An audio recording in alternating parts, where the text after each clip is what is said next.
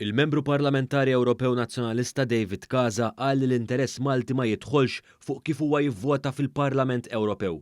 Waqt konferenza tal-aħbarijiet ftit jiem wara li fil-Parlament Ewropew fisem il-Partit Nazzjonalista ivvota kontra l-interessi ta' pajjiżna f'rapport bl-isem Refuel EU, David Casa kien mistoqsi dwar il-vot tiegħu kontra pajjiżna hekk kif ir-rapport Refuel EU ma jarafx ir-realtajiet ta' pajjiżi Ewropej bħal Malta u li bekk jitfa' fi żvantaġġ kbir lil pajjiżna hekk kif ma jagħmilx distinzjoni b'saħħitha biżejjed bejn min għandu u min m'għandux għażla fil-mezzi ta' trasport li juża.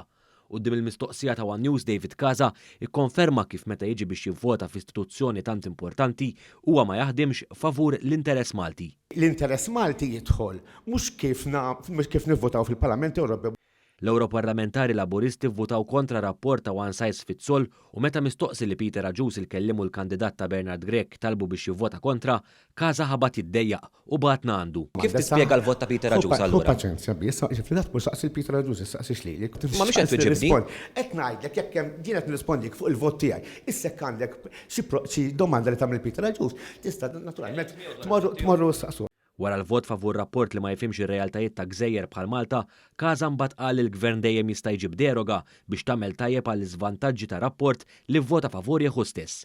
Fl-istess konferenza tal-aħbarijiet li David Casa ders komdu ħafna bil-vot tiegħu li jitfa' lil pajjiżna fi żvantaġġ, infexxanki attakka lil ġurnalist għal mistoqsijiet li beda jagħmillu. Naħseb inti l-unika ġurnalist fid-dinja li donnok ma tafx illum x'qed jiġri fl-Ewropa.